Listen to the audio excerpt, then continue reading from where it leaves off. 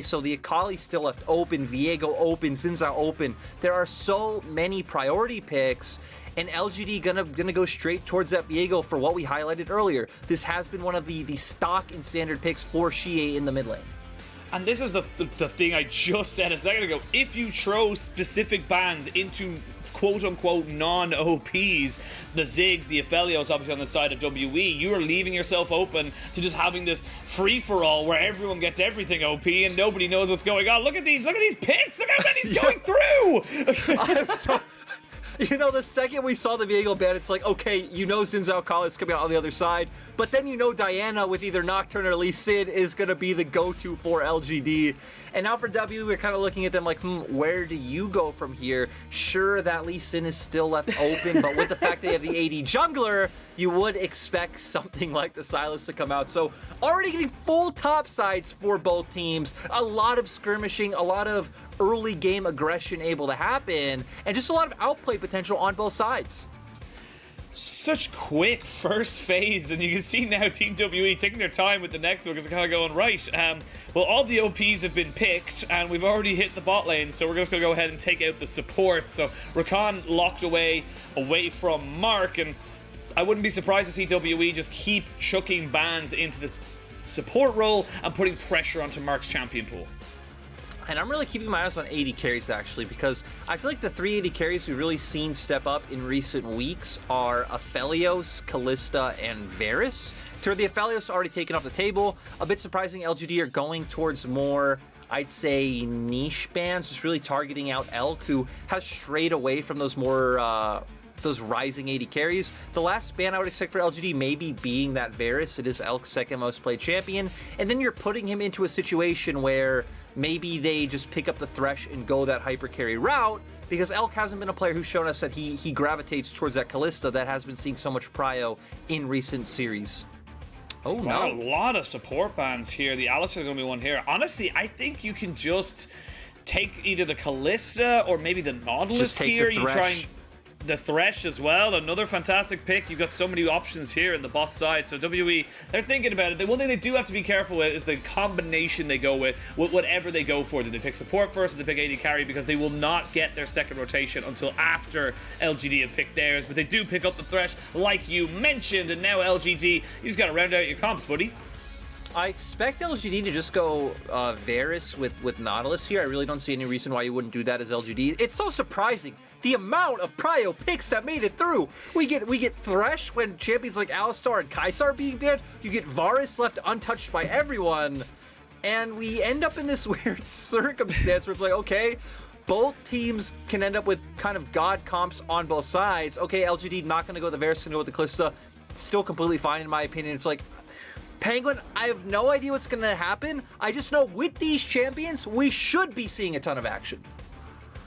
I mean, honestly, there's so many options here now for Mark, so many tanks. He's just circling through them right now. I would like to see the Nautilus. I think the Nautilus does fit up pretty nicely. And yep, they lock and load that one.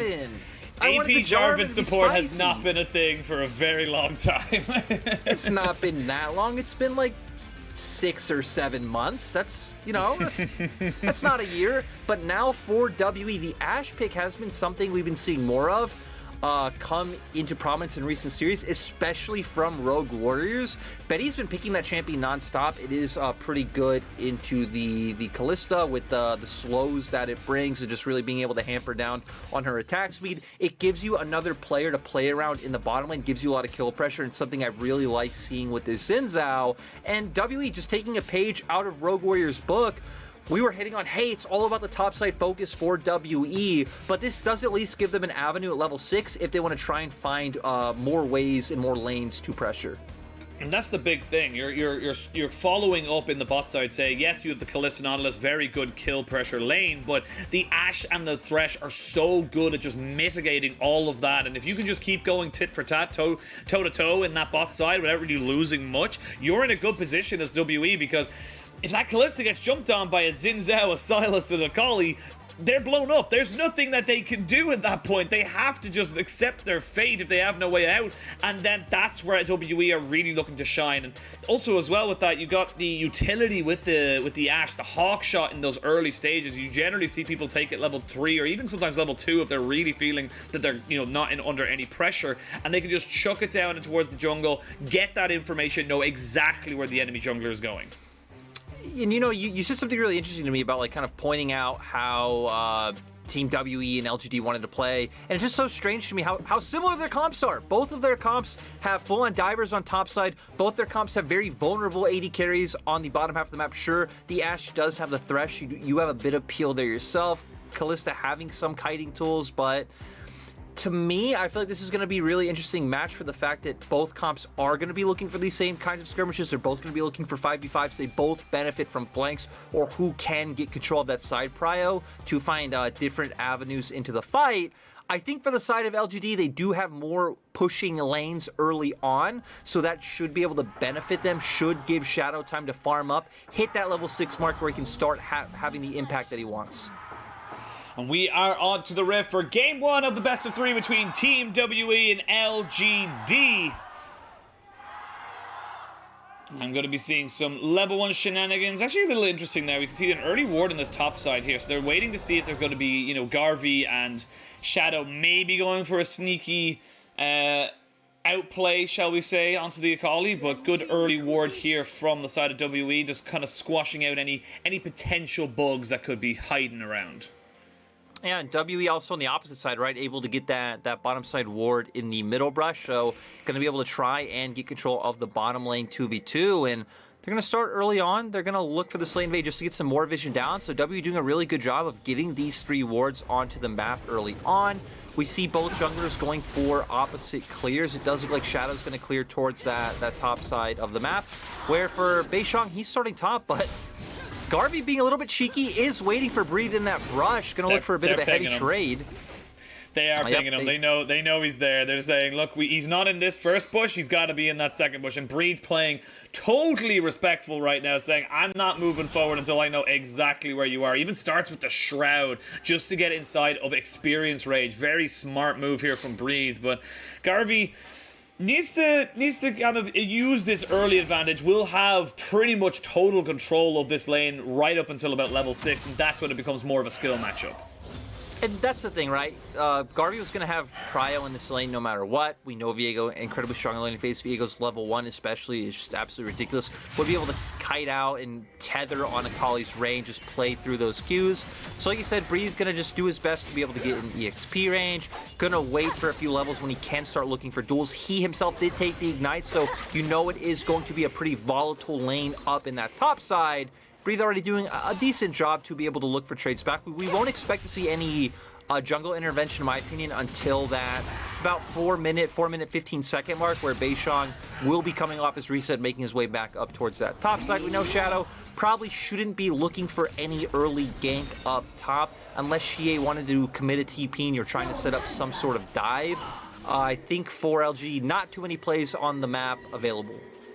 And this is the hawk shot, so it's going to spot out Shadow there, so they know exactly his timing on his blue buff, and of course on the Gromp will be as well. So, and this is exactly what we talked about for the Ashe, you know, the ability to get that full information right across the enemy jungle, just so useful at making sure your lanes are not caught off guard. Oh yeah, it's definitely a great tool, not even to just make sure your lanes aren't caught off guard, but also to help your jungler tailor his path accordingly, right? Knowing, hey, I can look for a counter jungle here, steal away some camps.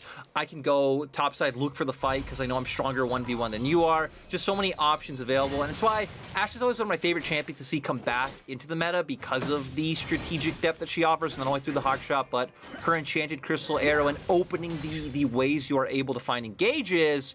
But Beishang hovering around mid lane. Shanks doesn't have any mana though. I was gonna say, not a lot of mana, and there was a spell shield available, so the Abscond Abduct wasn't really going to be able to connect. But you can see now WE just using this slight moment of jungle pressure as Diana had already reset and is going towards that bot side to get that push into mid lane. TP top here from Garvey as Breathe still yet to go back. Double Doran's Blade, and I feel like pros still don't realize it's a unique passive, so you don't get the you just get the health from it and the extra AD. You don't actually get any extra active off of it, so I would have preferred the Doran shield off of him, but whatever, I digress as we come back into top lane. It's still right, incredibly cheap item where he's just trying to get as efficient stats as possible and snowball lane off there. So Garvey playing for his laning phase for LGD, Shadow making his way down bot, but WE have the ward, so not going to fall for this one. For LGD, I'm surprised Shadow would look for this play when his camp's already coming up towards the top side of the map. We already hit on that Diana, not really a champion he's going to be able to accomplish much before that level 6 mark, but maybe just banking on the fact that WE would be over-aggressive, which, you know, for WE's bottom lane, that's pretty much the story. We've seen Missing and Elk put themselves into plenty of bad situations. And despite having these two comps that appear very brawly, the Sylas, the Akali, the Zhao, Nocturne, Viego on the other side with the Kalista, actually having a relatively calm first few minutes. I think for LGD, you're pretty happy about this because you aren't able to really find any skirmishes yet. To me, LGD's comp really comes online at the level 6 mark. Is going to be much more mid-game strength for them, to where for WE, I think later on they should be able to take skirmishes against LGD. I think the Kalista's definitely going to feel a lot of pain up against the Sylas and the Akali. Ashe has that peel coming in from the Thresh as well. So as long as you're able to shut down Xiye, I feel like WE have a much easier time, whether it's looking for front to backs or even just looking to get on the enemy carry. Well, the Heartbreaker was used down as Garvey's trying to see if he could find himself in Akali. There's the flash forward, but the perfect execution gets him out. And I think you're okay with that trade there. If you're Breed, you're getting an ultimate for a summoner. I think that's totally fine. You just, might lose a couple of minions, but it's not going to be that big of a deal. Yeah, and we're already seeing the Gage bot. Here we go. It's going to be the TP and Nocturne ult down towards that bot side. He's going to find himself there, but Xiye does not want to go underneath the tower. Good ultimate from Beishang. Shadow is here, but is not quite level 6. And good little pressure here from LGD, just kind of pushing and prodding at WE, but WE hold firm. Yeah, and for LGD, they need to turn this one into a dragon, right? You've already committed so much towards making this play. I'm surprised they're actually just going to end up backing off, it looks like. You know the resets are coming out from WE's side, and okay, it does look like in the end Shadow did start this one. I was going to say, you've already put so many resources into making a play on bot side. You brought Xiye in with the Paranoia and the TP. You got Health Bars low. It feels like you need to get something out of that play.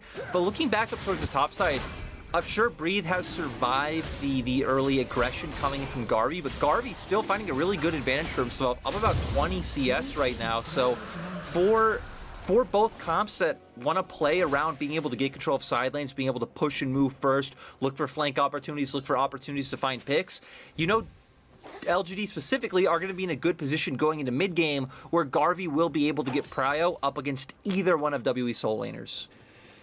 Well, right now it is Breathe who has the prio. Garvey giving full respect to the fact that the Breathe still has the Ignite and has the perfect execution available to him. No flash for the Viego as of right now, so just knows the wave is going to be pushing into him and doesn't want to be too crazy about it. There is a pink ward deep enough into the top tri-bush of WE's side, so good early vision here for the side of LGD should Beishang go up towards them. And right now we can see Beishang just roaming around, trying to see where the vision is, trying to see if he can get any kind of an advantage just as Rift Herald spawns. Yep, and WE are going to start this one up. I mean, Breathe stacked up that big wave and topside, is able to move first. Shanks is on his way over, and for Shanks, something we never hit on, right, is the fact that he has so many great ultimates to choose from to steal, right? Shadow and Xiye is definitely being the one to stand out. All topsides are here. Bottom lanes are making their way up. Does look like Missing's going to move over first. Look at the arrow, it's going across, it's not going to hit anybody, so it's going to completely miss 3 points there through the sticks, as now the Rift Herald taken down to about 2000 HP. The smite's very, very early, and here we go, it goes straight on top of it. I'm not quite sure who's able to take that in the end, but it is first blood going over to the Akali as Breed picks up the first one there. Garvey has no flash and nowhere to go. Shanks gets another one. That's the solo laners getting themselves a kill each, and that is WE just about coming out on top.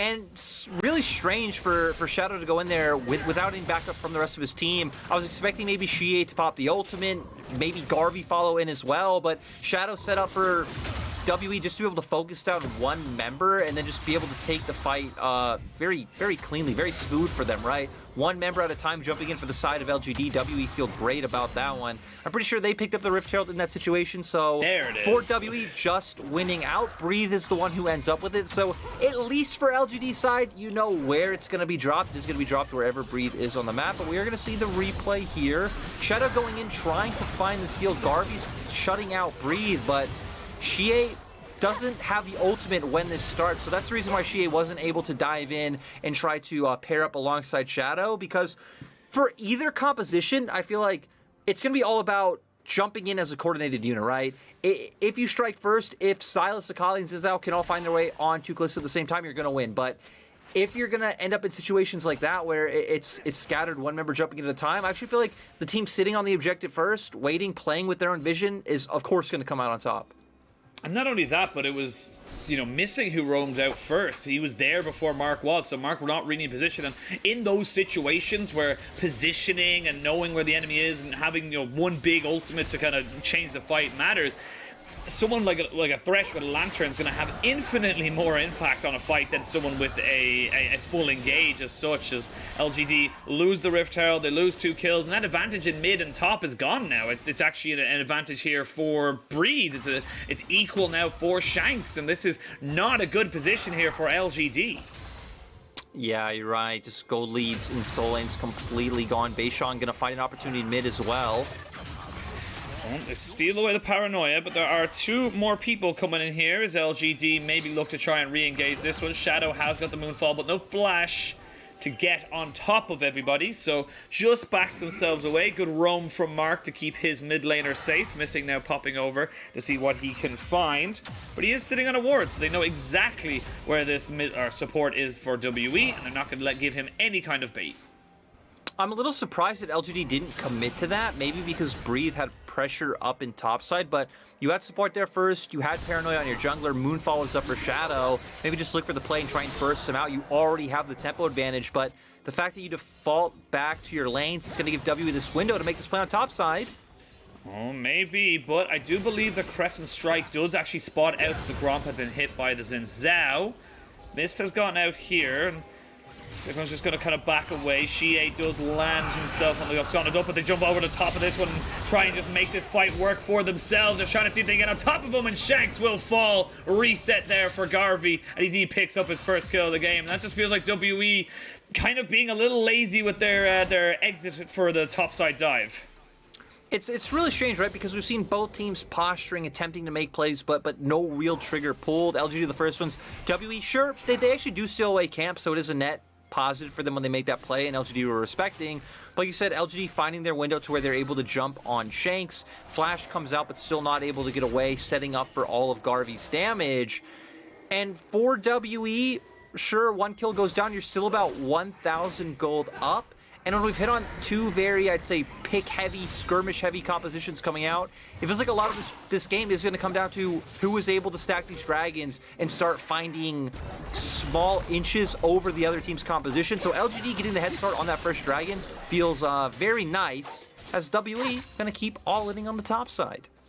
I mean, Garvey can't really stay here with the Ignite available, and of course both ultimates. It's just too much of a risk. They will give up the dragon on the bot side, but it is power and money now for power and money later in the trade. WE happy to just feed off of the top side, and it's exactly what we highlighted coming into this series. Breathe and Beishang, an actual top jungle duo, really doubling down on their strengths here for WE. Yep.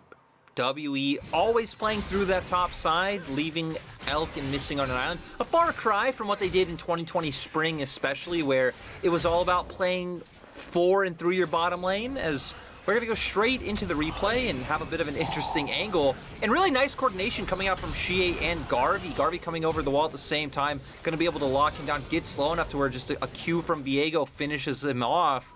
And it seems like Breathe and Beishang not expecting that to happen. Garvey utilizing a flash for it, but they knew they had the damage, and they were confident and decisive in making the play. And that's all you need when you're coming into a game, of course.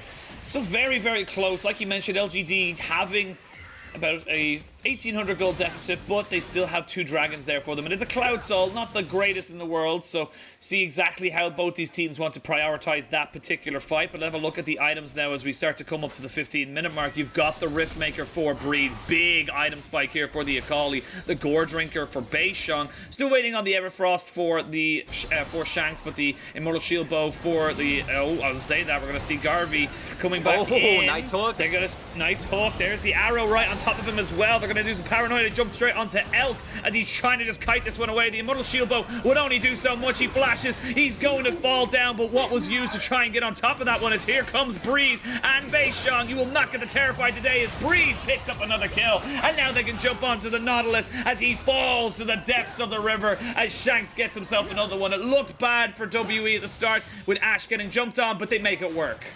I love the CC chain coming out from WE in that one, missing, hitting the death sentence. Enchanted Crystal Arrow comes out. And even though Elk went down, we saw the value of the Immortal Shield Bow, right? Buys so much time. Even Mark committing over the wall, just being like, hey, we got to burst him out, but gives time for the other members of W to follow up to get the rest of those kills. And it's going to turn into another Rift Herald for the side of WE, so going to keep building on that immediate advantage now. LGD only having those 2 dragons to bank on and hoping they'll be able to find something later on, but I definitely think WE are getting the better end of this one as Elk might be caught out again.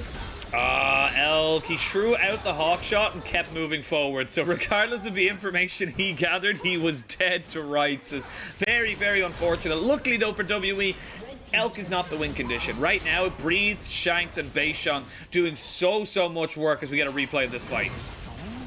Yeah, we're going to see forcing out the Heartbreaker, but immediately into the death sentence. Really nice Enchanted Crystal Arrow to follow up. But like you said, Elk got jumped on right away, but we got another fight. Mark's been caught, and he will be taken down. That's Shanks with his 3rd kill, and now Shadow with no flash to get himself away. Gets knocked up, taken down. Beishang 2-0 and 5, looking fantastic on this pick of the Xin Zhao. 100% kill participation for him, and this is really starting to snowball away from the side of LGD. Yeah, and, you know, nice to see it coming from Beishang. He was one of the highlight junglers for us in 2020. We really couldn't stop talking about this guy. Coming into today, where Shadow has been the big player for LGD, it really felt like that was the test for both sides, right? Who would come out on top, Shadow or Beishang? Beishang coming out on top so far in this first game. Maybe you can argue, you know, has a bit more to work with in terms of lanes, but really nice pick coming out from WE. We didn't even really get to see how it happened, but it opened up this Rift Herald play on the mid lane. The big problem right now is that LGD will want to continue to fight at these dragons to continue stacking them, but I don't think you can. You're just such a gold deficit, and this is just Mark straight up being caught out. Flash hook, beautifully hit there by Missing. He's having a great game on this Thresh. Yeah, Missing popping off. I mean, this has been Missing's best champion, right? It's something we've all known. It's actually one of the most banned champions against WE. That's why these drafts were so surprising to not only see prio picks go through in pretty much every role. I feel like all 10 champions are A to S tier champions in LPL on this patch, which is crazy, but Missing being able to get his hands on the Thresh is something you don't see all too often. Really actually, it's the most banned champion against WE. I'm sorry, the most banned. And you can see why, how comfortable he is on this pick, and now 20 seconds till this dragon spawns. I don't know if LGD want to go for this, because if you go for this fight and you lose, you just put yourself in such a further hole that I don't even think you can get out of it. You can't keep giving over kills to this Akali and this Sylas. And it's one of those things, right, when we've hit on how both compositions pretty much want to do the same thing. You have angles where you want to be diving onto the backline. You have engage that can come out from your AD carries that for LGD, you're just going to do a worse job of what the enemy composition does, right? So if they jump in, they should be able to get bursted down almost immediately from the fact that WE do have more items than them. It does look like they're going to back off for now, just try to pick up some gold on the map. Sadly for them, they don't have any jungle camps up. The waves aren't really in a great place where they can safely push out either. Someone can go catch a wave up in topside, but really no avenue for LGD to pick up gold on the map and try to at least equalize the trade in other ways. Well, we'll see now. WE looking to try and make it take a fight in this bot side. Breathe does land the shuriken flip, but doesn't want to go for it just yet. Smite comes out and that is going to be secured by Shadow, but everyone from LGD, they have to run scared. They cannot take these fights right now, and this is where, like you said, it is just a worse version of WE's comp because WE is so far ahead. Yeah, WE doing a nice job realizing, hey, you know, LGD backed off, they conceded Drake. They're probably going to start making their way up towards the top half of the map. Just keep numerous members down here to force Garvey off this turret, and you're going to be able to pick up another one for themselves. And since LGD never fully committed to getting vision down in topside earlier, trying to steal away enemy jungle camps or putting pressure on that topside turret, they're actually not going to be able to equalize the trade on the topside turret. They will be able to get some of Beishang's jungle camps, but overall, WE going to be happy with the trade they just made. Yeah, 3,500 gold lead in favor of WE. They got themselves the dragons, so they might have a stacking Cloud Soul to come in, and that's also a little scary because you think of the ultimates they have, the Ashe Arrow, the perfect execution, having that up so often is just going to be so difficult for LGD to deal with. And now, what do you do if you're LGD? How do you come back into this? Because like you mentioned, they want to just run into WE, but they can't just run in without a plan. I mean, the thing is, LGD got to find a pick on a side, right? LGD need to commit Xiye to coming in behind Garvey, pop the paranoia, and be able to catch either Breathe or Shanks out. Breathe doesn't have flash, but he's still in the Akali, could buy a ton of time with Shroud, has stopwatch as well, and the E. Like, there's so many different tools for WE to at least buy time if LGD make this side lane pick for WE to be able to win out more on the opposite side. But it really does feel like that side lane play is the only tool that LGD have available to them right now to even try and find something back. Well, they know the Akali's in this bot side. They are going to pop down the ultimates on top of Beishang, but he's still alive. You can't kill him with Gore Drinker, and there's the Ashe Hour right on top of Xiye, who's forced to flash away. He goes back in with the paranoia. They take out the Ashe, but the Ashe is not the problem. You have still got so much damage as Breathe. 1, 2, 3, 4. WE are smashing LGD through the door. It's a triple for Breathe, and this is why you do not give this champion to this man. And they're just absolutely popping off. At least gonna be able to get an inhibitor. I don't think death timers are long enough to where they could look for an end. But really nice mechanical play coming out for Breathe with that one, being able to pick up that kill pretty much pixel perfect. I feel like the only person we've seen make that sort of play look so clean is Rookie. Definitely having one in the top side jungle somewhere, but still, Breathe, standout player, been one of the best top laners all split long, even going back to last year, right? So, doing a great job of just smacking LGD. And this is LGD's home arena. That's something we didn't mention. Today's match, not played in Xi'an. We are in Hangzhou, so a little bit worse for LGD in terms of that one. Hopefully, you know, the hometown fans, the cheers, the glory can bring them back if they do end up going down in this game, which, you know, it looks like it, Penguin. It looks pretty doomed, if we're being honest. It does, and this just comes back to our you know, the target selection for the Nocturne. Yes, you kill the Ashe. The Ashe isn't the issue. The Ashe is good and works, but it's not the problem that you're facing right now. The problem is this 4-1 and 4 Sylas. The problem is this 5-0-3 Akali. These are the people you need to be taking out. If Elf dies, it's an unfortunate casualty, but it's not a detriment to the battle. I mean, the problem is, right, if you Nocturne ulti onto either the Sylas or the Akali, they both have Zhanyas, and they can both just kill you. So, not great options. Is LGD going to look for an engage on to Breathe, but the Akali's just so slippery and so hard to lock down. This even just cements that point even more, right? LGD at this point don't really have good options on who they're able to target with these engage tools because the members of WE are just so much stronger than them in those key roles. It feels like Elk really is the easiest and only option available unless WE make a misstep or overcommit onto at this point in time. Shanks off to the bot side, just seeing if he can get a flank going as they clear out the vision around this Baron pit. And WE can take this at their leisure. They don't care about this third Drake for LGD. They know they're not really stacking it that much. They go straight now onto the Baron. They will know from the side of LGD that this is going on, but I don't think they can contest it. I think they just gotta have to let this one go or fight now. As you can see, WE, they don't even want the Baron. They want the fight. That's the one they want. They go for the hook, doesn't quite land, and there's only Beishang on this objective right now, but Mark steps a little bit too far forward. The paranoia comes in as they look to try and see if they can get somebody going. Elk is being hovered over by Xiye as he finally goes in. It's on to missing the worst target you could think of, and now WE can come back in. It's Shadow though with 2 quick kills. You can see Breathe though, 1v3! Breathe is just insane! Triple kill for Breathe on this Akali, and Garvey is running for the hills. He knows he can't take this fight anymore. They're pinging for the base. They're going to go looking for the TP. You can see him now. He's going to have the TP back to his own base to make sure they don't lose the game.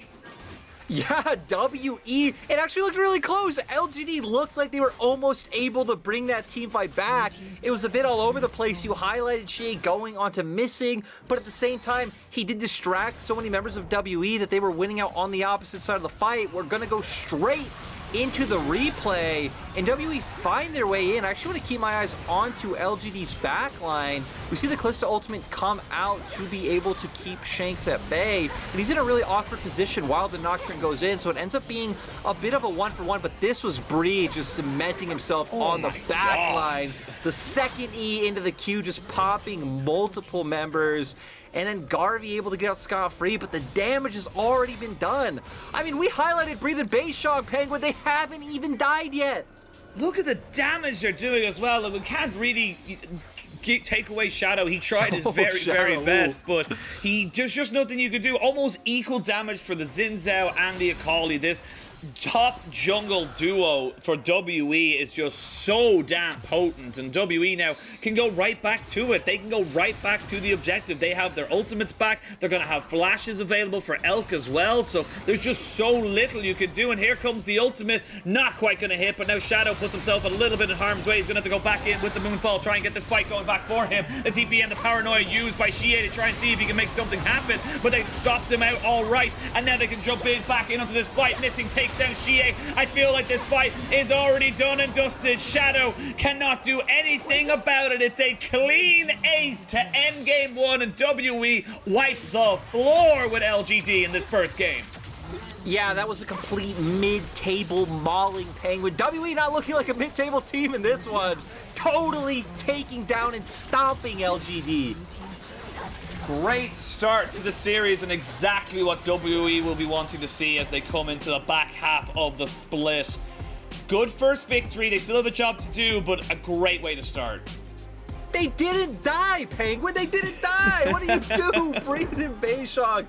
Just absolutely popping off. And, you know, it goes back to something we hit on during the cast is I really feel like thinking about all the teams in LPL, they are probably the strongest top jungle duo in LPL. They're the duo that plays together most consistently for sure. I feel like WE are the only team that, you know, almost every game, regardless of draft, that it's going to be all about that top set. It's going to be all about that top lane for Beishang, and they execute around it, I'd say, almost every time so flawlessly, right? A lot of WE's problems come in the mid game where, like, they're set up for objectives. Their calls are on objectives of they don't know if they want to turn, burn, or back off something like a Baron or a Dragon have been their big issues. When it comes to their early game, their first 10 minutes and playing around their lanes, Beishang and Breathe have just been immaculate.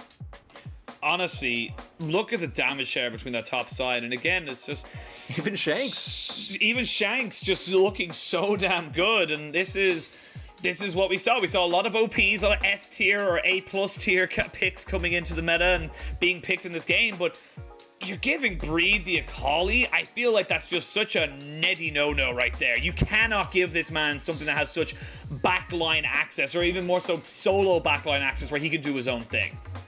Yeah, and right, I mean, even thinking about it, we saw him in a matchup where he had to be a bit clever, had to respect the pressure that Garvey's putting on. Garvey hiding in that tri-brush in level 1. He starts Shroud. He has to respect all the trade and damage that Garvey's able to do. Finds his way back into it from some early skirmishing, and then just completely takes over the game and never gives LGD a chance to get back in. We highlighted the schedule difference coming in for WE and LGD. WE definitely having a harder one. They don't have as many losses, so they do have a bit more of, I'd say, wiggle room compared to other teams that are sitting at 6 wins. But if they can get a clean 2-0, step up over LGD, it feels like WE are going to be almost primed to lock in one of those playoff spots. So for WE fans, it's looking good, and you're not even in your home arena. Let's go. Looking good, feeling fine. We'll see if WE can make it a 2-0 or if LGD have something left up their sleeves. We're going to